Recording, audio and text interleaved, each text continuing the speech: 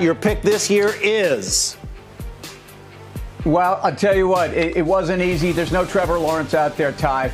But it's an exciting time for our franchise. I think we're just a player away, and I'm happy to say, despite my cannabis bros are going to hate me, but no cannabis. I'm taking the Bitcoin talents to South Beach. That's right. Number one pick, Bitcoin. The best athlete available.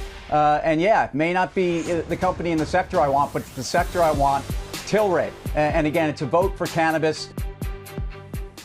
Tim, by the way, Tim Seymour Alpha had the first pick in both rounds, and he went all in on crypto and cannabis in today's CNBC stock draft.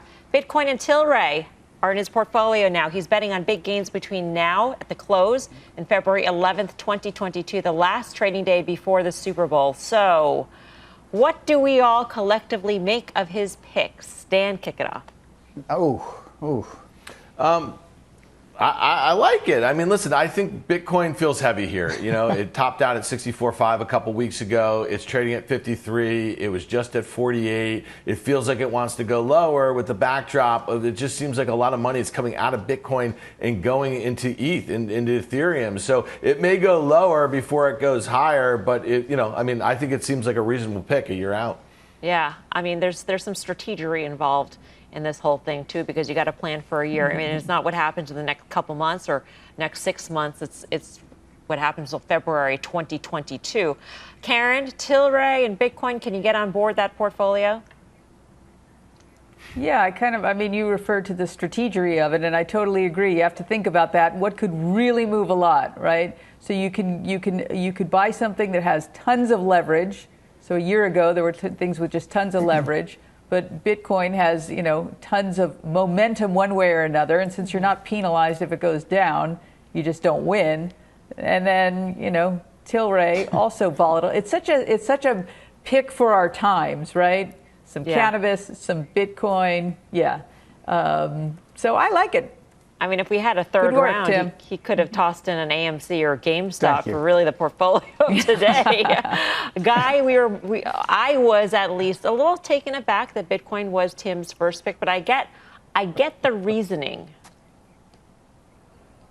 He didn't think it was going to be there in the second round. I mean, and he was right, because if you recall, which you do, Maria Ho, who picked second, said she absolutely would have taken Bitcoin. Yeah. So Tim took it off the board early. Good for him. And the Tilray, he's saying to himself, you know what? Obviously, you can see what happened to Tilray from time to time. It's had a huge move. I think it was in February of last year, big pullback, and here we are now. So he's playing his space in cannabis. He got it late, and he's taking a flyer on Bitcoin. I love what he did. And by the way, if there was a round 3, he was throwing letter F at you without question. Down here around $10.50. So I think hashtag Smooth did a great job today. Hashtag Seymour Alpha for the stock draft. Let's bring in Chartmaster Carter Worth to break down Tim's picks. So, Carter, did Tim score technical touchdown with Bitcoin and Tilray? What do they say? Jury, judge, and executioner. I mean, the first thing is you all comment. Notice he's not picking Coke, utilities,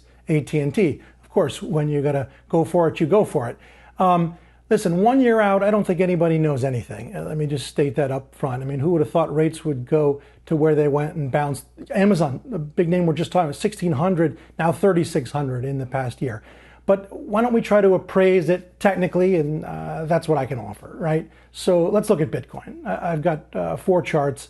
Here is the 1 year Bitcoin chart and the trend line, which it has broken, it has breached.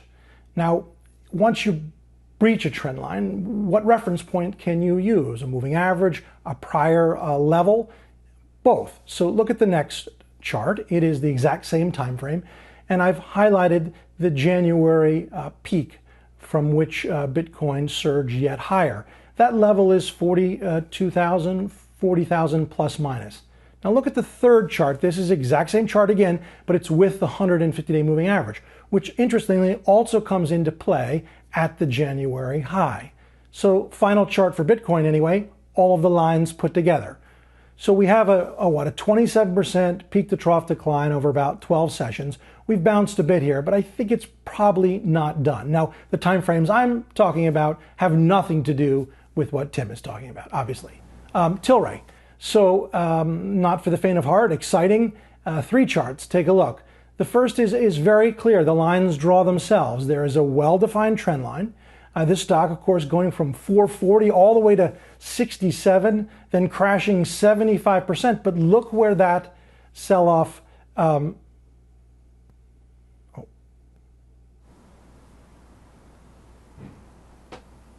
right, Carter. Thank you, Carter Worth. Tim, I guess. Hi. It's interesting because the technical take doesn't help you draw a conclusion as to whether or not you're in good standing for the win ultimately. But the chart on Bitcoin is a little troubling, at least in the near term. Yeah, and I'm not worried about the near term, and I think we've seen multiple pullbacks in Bitcoin. And look, I would have loved to have bought it $20,000 ago, but I think the sense for me is we are starting to see much broader institutional adoption. It may be also moving into Ethereum. I mean, the idea around Tilray was I wanted to draft the best athlete available. So when you're stacked at a particular position, you draft cannabis. And cannabis to me is that 5-tool player. I mean, I want to own cannabis. I do own cannabis. Yeah. I run a cannabis ETF. But the point here is simply that Tilray, whether it's Canadian or U.S., it rallies when fundamentals in cannabis have been good. It's not my favorite pick in the sector, but it is a way to play something. And again, a lot of volatility in there. And that's why I'm there. Carter had a gremlin. The gremlin is now gone, so Carter is back. Do you want to finish out your charts on Tilray? Sure. So, I mean, gremlins, yes, they're everywhere. The sell-off is viable. I mean, that's the bottom line from my seat. Again, tactically, we're down to a well-defined trend line and also to the 150-day moving average, something I rely on heavily. So $67 all the way down to 15. It's bounced nicely. Here we are at 1865. I like this for a further bounce. All right, Carter, thank you. Carter Worth of Cornerstone Macro. And by the way, if you've missed any of today's stock draft, because it was a lot of fun, you can re-watch all of it on our website. Head on over to cnbc.com/pro.